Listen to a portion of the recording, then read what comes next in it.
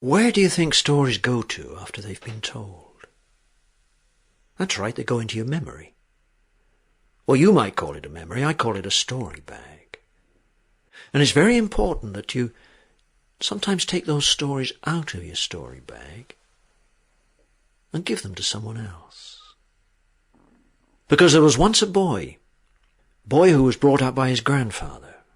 And every night when the boy went to bed, the grandfather would sit beside him and tell him a story.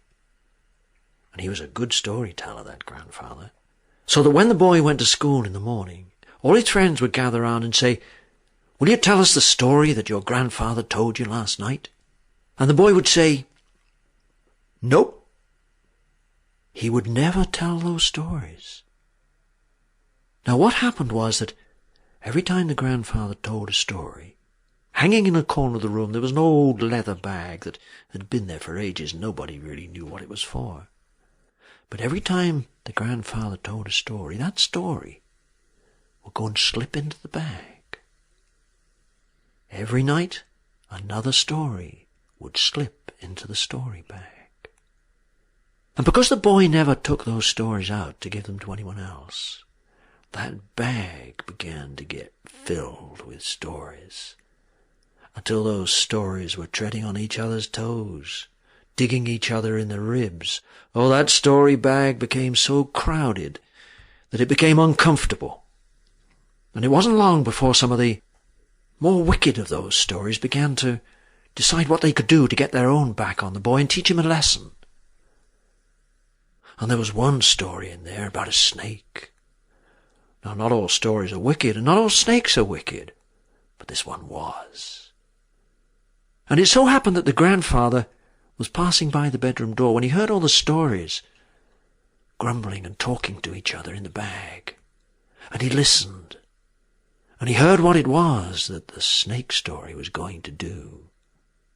So that night, after he'd told the boy another story and blown out the candle, and after that story had just managed to squeeze itself into the story bag, instead of going down the stairs, grandfather waited outside.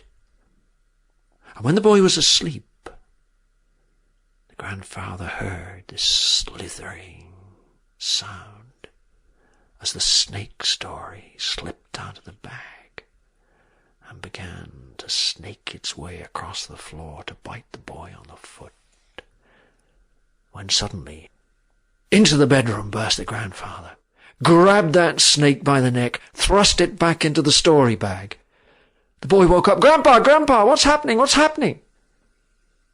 And the grandfather sat down by the bed again and lit the candle. And he told the boy about the stories and the way they'd got cross because they were never taken out of the bag.